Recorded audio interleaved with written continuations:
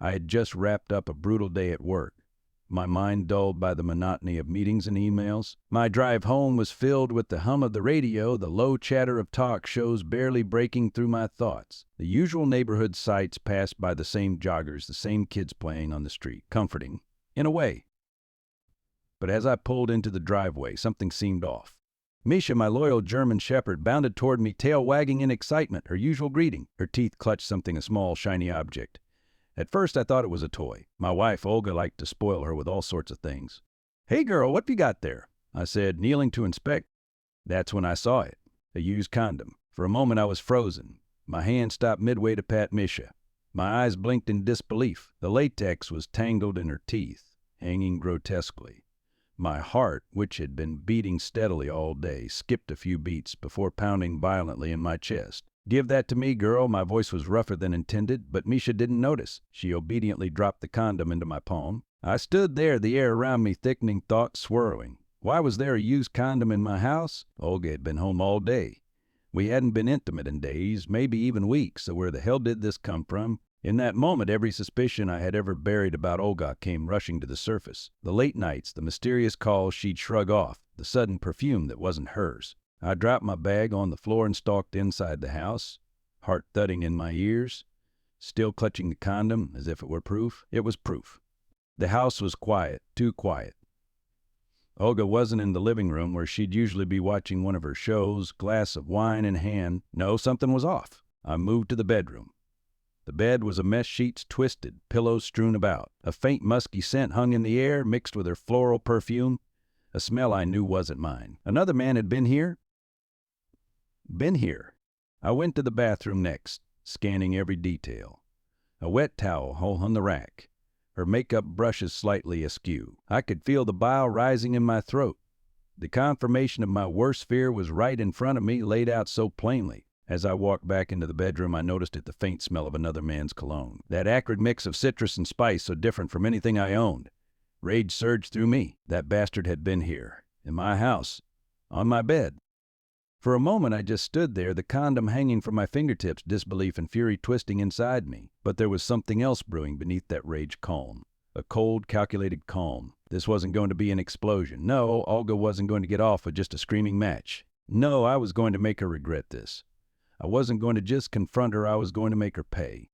As I stood in the middle of our violated bedroom, an idea began to form in my mind. Slowly, deliberately, I walked into the kitchen, tossing the condom onto the counter. I needed to think this through. I needed to plan. Revenge was going to taste just as bitter as the betrayal I was feeling. The silence in the house grew louder as the minutes passed. The ticking of the kitchen clock was a metronome to the chaos forming in my mind. I poured myself a glass of water, trying to cool the fury that simmered just beneath the surface. My hand trembled slightly, still feeling the latex of that disgusting reminder of Olga's betrayal. It wasn't enough to just know that she had cheated. I needed to see the full picture. How deep did this cut go? Was it just once? Or had she been parading her lover around behind my back for months, even years? Every corner of the house now felt tainted, every piece of furniture a potential witness to her infidelity. I took a deep breath and pulled out my phone, opening the security app I had installed for the house. Chimeras. A stroke of paranoia from a few years ago, and now they would prove to be my lifeline. The feed from the living room was static at first, nothing out of the ordinary. The kitchen was the same, but then, as I switched to the bedroom feed from earlier in the day, there was a pair of legs, Olga's legs.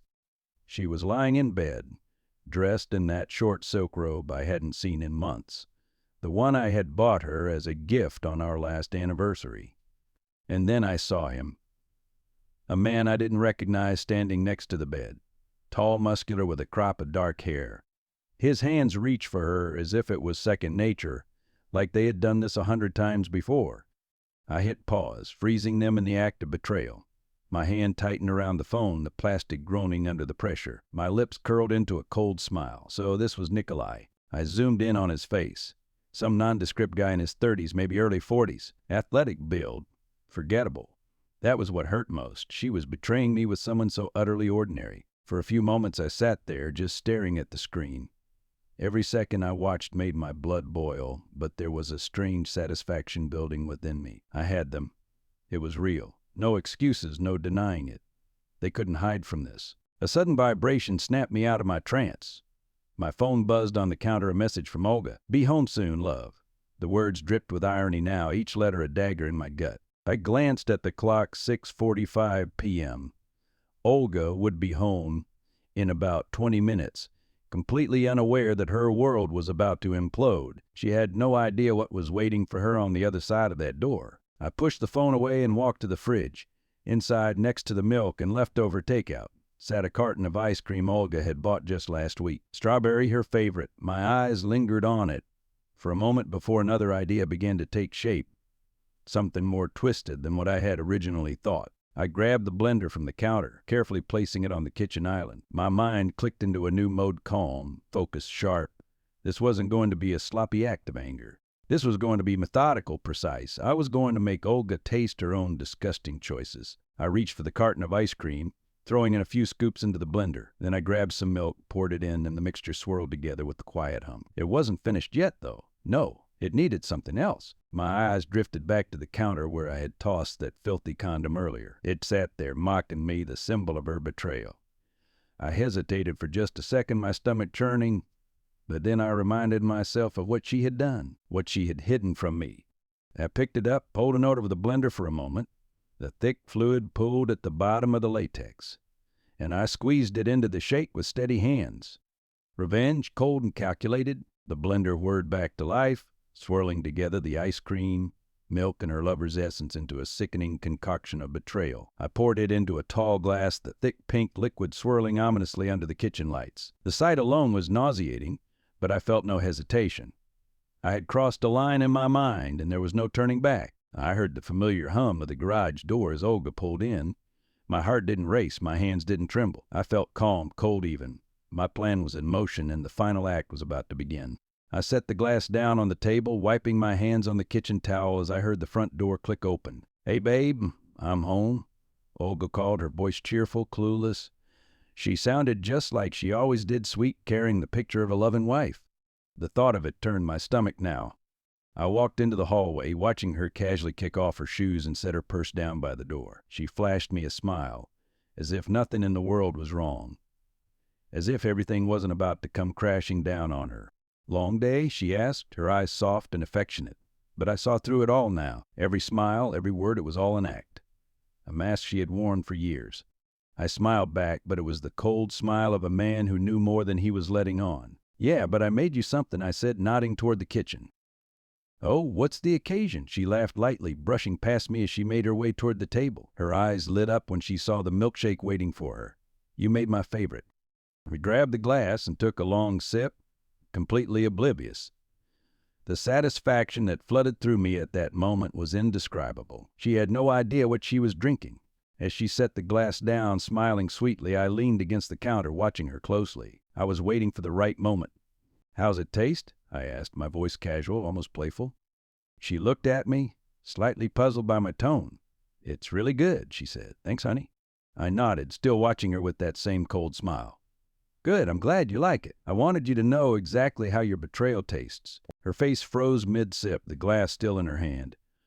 For a moment, she just stared at me, confusion flashing across her face. What are you talking about?" The shock was starting to creep in, the slow realization that something was very, very wrong. Her face twisted in confusion, the glass trembling slightly in her hand. Olga blinked at me, her mind racing to make sense of the words I had just said. Betrayal? I could see the wheels turning behind her eyes, but she wasn't there yet. I stayed silent, letting the tension thicken.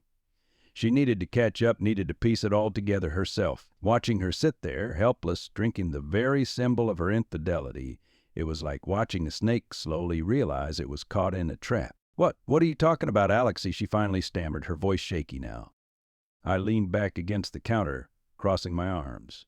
The cold, calculated part of me took over, and I spoke in a calm, almost soothing tone. Too calm. "Tim." "Olga," I said, my voice a low whisper. "You didn't think I wouldn't find out, did you? The condom? The sheets? The cologne? I know everything." Her face drained of color, the blood rushing from her cheeks as my words hit her like a freight train. She set the glass down slowly, carefully, like it was some fragile bomb that might explode at any second. Her lips parted, but no words came out. I don't understand," she whispered, her eyes flicking to the half-empty glass of milkshake in front of her. The horror started to settle in, her brain connecting the dots one by one. I stepped forward, standing over her now, my eyes locked on hers, unblinking. I wanted to watch every flicker of realization, every drop of dread as it filled her. "Misha found the condom," I said slowly, savoring each word as it left my mouth, right in the middle of our living room. "She was playing with it when I came home today." She stared at me, wide-eyed, lips trembling. Her throat worked up and down as if she was swallowing air, trying to form words, but nothing came. I could see it, the fear, the guilt. It was all there, bubbling just beneath the surface. I cut her off sharply. "Don't lie to me." She flinched, shrinking back in her chair. "Please, Alexei, just listen, I can explain. It's not what you think." I tilted my head slightly, amusement tugging at the corners of my mouth. "Not what I think." I almost laughed at the audacity. "You're going to explain why there was a used condom in our house. Why the sheets reek of someone else's cologne. Why I have footage of you and your friend rolling around in our bed." Her mouth opened and closed like a fish out of water. There was no coming back from this, and she knew it. She couldn't talk her way out of this one. I had her. For a long, agonizing moment, the room was silent, the tension wrapping tighter around us both. Finally, her shoulders slumped, and she let out a long, shaky breath. Defeated. It was a mistake," she whispered, her eyes filling with tears. "Alexei, I'm so sorry. I didn't mean for this to happen."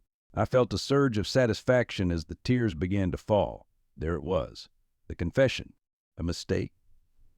I echoed, the sarcasm dripping from my voice. "You accidentally invited another man into our bed, is that it?" She broke then, the sobs racking her body. Her hands came up to cover her face as she wept, her shoulders shaking. Pathetic. "I never meant to hurt you, I swear," she cried. "It was just one time. I don't know why I did it." I wasn't thinking. "One time?" I interrupted again, my voice now hard and cold. "One time? Don't lie to me, Olga. I'm not a fool." She shook her head, desperate. It was just one mistake, Alex. I'm begging you, please forgive me. It's not what you think. Stop." My voice came out like a whip, sharp and commanding. She fell silent immediately, her tear-streaked face looking up at me in fear. I could see the truth now. She was terrified of what I would do next, and I was about to show her exactly what I was capable of. "You don't get it, do you?" I said, my voice low and even like a predator toying with its prey. "I don't care about your excuses. I don't care about your sob story. I don't even care that you let another man defile our bed." I could see her flinch at the word defile, her body shuddering as the weight of her betrayal settled over her. But I wasn't finished. No, not yet. "What I care about, Olga, is revenge. You took something from me, something I can never get back. My trust, my dignity." I paused, leaning in closer, my face inches from hers. She could barely breathe. "And now I've made sure you know exactly what that tastes like." Her eyes widened in horror, flicking back to the glass sitting in front of her. The milkshake, the secret ingredient. Her hand flew to her mouth, a muffled gag escaping her throat as the realization hit her full force. She jumped up from her chair, knocking it over as she backed away from the table, eyes wild with panic. Oh God, what did you do?" she gasped, stumbling over her words. Her hands clutched her stomach as if she could stop what had already happened. I straightened up, my cold, triumphant smile widening. "You just drank a milkshake mixed with the contents of that used condom. You know, from the man you decided was worth more than our marriage." She retched, doubling over as if the nausea was too much to bear. Her body convulsed, her hands gripping the edge of the counter for support as she dry heaved, tears streaming down her face. "Alexei, please," she wailed. "Why? Why would you do this to me?" "Why?" I repeated, almost amused. "Why would I do this to you?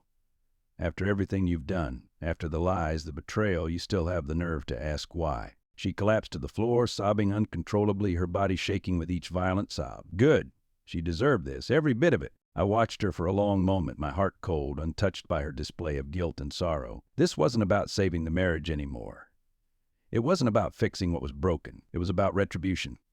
I crouched down beside her, my face inches from hers as she looked up at me with pleading, tear-filled eyes. "You wanted to know what your betrayal tastes like, Olga," I said softly. "Now you know." With that, I stood up, turning my back on her as she lay there on the floor, a broken, sobbing mess. Olga's sobs filled the room, each one more broken than the last, echoing in the silence as I stood over her. There was no satisfaction in this moment, no triumph. Just a cold, hollow void where my heart used to be. She had turned our life into a nightmare. But I had crossed a line too. There was no going back for either of us. Her fingers dug into the floor tiles, nail scraping, as she tried to pull herself together. I watched her struggle, a mix of disgust and indifference swirling inside me. This wasn't the woman I married, at least not the one I thought I had. That person was gone, replaced by someone weak and desperate, someone willing to betray the man who had given her everything. I couldn't find it in myself to pity her. As her sobs slowed, Olga's body trembled, the raw shock of what had just happened still hanging in the air. Her face was a mess of smeared mascara and tear-streaked cheeks, her lips trembling as she tried to form words. Alexei, her voice was hoarse, broken. I'm so sorry. Please, you have to believe me. It was a mistake. I don't know what came over me. I wasn't thinking. I didn't let her finish. She didn't deserve to finish. Stop, I said, my voice flat, devoid of any emotion. Don't insult me any more than you already have. She flinched as though I'd struck her. Good. Let the words cut deeper than any slap could. Alexei, please, she whimpered, crawling toward me on her hands and knees. Like some kind of broken animal, she reached for me, her hands trembling, but I stepped back, avoiding her touch. The sight of her so pathetic, groveling, disgusted me more than anything. When he can't just throw away everything we built, she pleaded. Please don't do this. I love you. I swear, I love you. I stared at her, the words she was spitting out meaningless now. Love. Was this what she called love? What kind of person betrays their spouse and then claims to still love them? Her words were hollow, just like her promises. Do you even know what love is, Olga? I asked quietly, my voice like ice. Because it sure as hell doesn't look like this. She collapsed again, sobbing into the floor, her body trembling violently as the weight of her betrayal crushed her. Sounds were pitiful, but there was no sympathy left in me. That part of me had died the moment I found that condom Misha's mouth. I'm so sorry, she cried, her voice muffled by the floor. I'll do anything, Alexei, anything. Just please forgive me, please. Her words washed over me like a tide, and for a brief moment, a flicker of something pity, maybe twisted in my gut. But then I remembered the footage of her and that man. Her smiles. The way she touched him like it was normal, like it had been going on forever. No, she didn't deserve forgiveness. Do you think an apology fixes this? I asked, my voice steady, calm. You've destroyed everything, Olga. You've torn apart our life, our marriage, for what? Some meaningless fling? A few moments of pleasure with another man? She looked up at me, eyes red and swollen, her lips quivering. It wasn't like that, she whispered. It didn't mean anything, I swear. I was lonely. I didn't know how to tell you. Lonely, I scoffed, shaking my head in disbelief. So that's your excuse. You were lonely. So you opened your legs for someone else. You could have come to me, told me how you were feeling. But no, you went to him. She opened her mouth to protest, but no sound came. She had nothing left to defend herself with. There was no defense for what she had done. Do you know what makes it worse? I continued, my voice growing colder with every word. You didn't just betray me. You insulted me.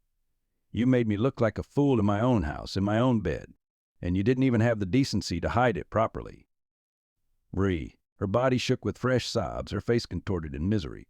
But none of it moved me, not anymore. I never meant to hurt you, she whispered, her voice barely audible now. Too late, I said sharply, cutting her off. You've done more than just hurt me, Olga. You've destroyed me, destroyed us. For a long time, neither of us spoke.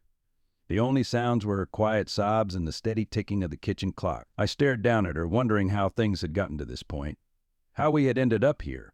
In this moment of absolute ruin, I thought back to all the years we had spent together, the good times, the laughs, the memories. It all felt like a cruel joke now, a farce. Get up, I said finally, my voice commanding. She hesitated, still trembling on the floor. Slowly she pushed herself up, her body shaking as she stood on unsteady legs. Her eyes stayed glued to the floor, too ashamed to meet my gaze. Alexei, please, just let me explain. Just give me a chance to fix this, she whispered. There's nothing to fix, I said coldly. You've made your choice. She opened her mouth to argue, but I raised a hand, silencing her again. I wasn't interested in her excuses or her desperate attempts to salvage what little was left of our shattered marriage. You're going to pack a bag, I said, my voice flat, devoid of emotion. And you're going to leave. Her head snapped up, eyes wide with shock. What? No, Alexei, please. We can fix this, I promise. I'll do anything. Just don't make me leave. Now, Olga, my voice was like a slap, sharp and final. Pack your things. Get out.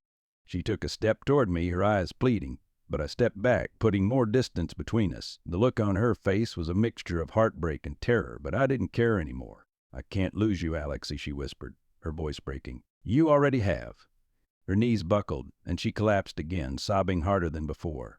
But there was nothing left in me to offer her. No comfort, no love, no forgiveness. I turned away from her, my chest tight with the weight of everything that had happened. My hand gripped the back of the chair as I stared out the window into the darkening sky, the reality of what I had done sinking in. I had won, but at what cost? Behind me, Olga's sobs quieted, her broken form crumpled on the floor. I could feel her despair, her regret, but it meant nothing to me now. I had crossed a line I could never come back from. We both had. "I'm sorry," she whispered again, but this time her voice was softer, almost like a ghost. Without turning around, I spoke the final words of our marriage, each one cold and hollow. "Get out." "Come out." I stood there, staring out the windows. The last of the daylight bled away. Behind me, Olga's sobs had dwindled to nothing but soft, broken breaths. She stayed on the floor, a pathetic heap of the woman I once thought I knew. Her movements were slow, hesitant, as if she was still holding on to some hope that I might change my mind. But that wasn't going to happen, not now, not ever. The weight of what had transpired sat heavy on my chest, pressing down on me. I hadn't expected it to feel like this. When I had concocted my plan, I thought revenge would be sweet, that seeing her broken would bring me satisfaction. But as I watched her drag herself up off the floor, there was no joy, only emptiness. She didn't speak as she moved toward the bedroom, her steps shaky, her entire body trembling. I knew she was going to pack, just as I had ordered, but I didn't follow her. I couldn't bear to look at her anymore. The memory of her betrayal, the image of her with another man in our bed, would be burned into my mind forever. I had won the battle, but the victory felt hollow. As the minutes passed, I could hear her quietly moving around the house. Drawers opening, soft footsteps shuffling down the hallway. She didn't try to speak again. I think she understood now there was nothing left to say. I stayed in the kitchen, gripping the back of the chair like it was the only thing keeping me grounded. I thought of the years we had spent together, the love we once shared, the plans we made, the life we had built. All of it now lay in ruins because of a single selfish act.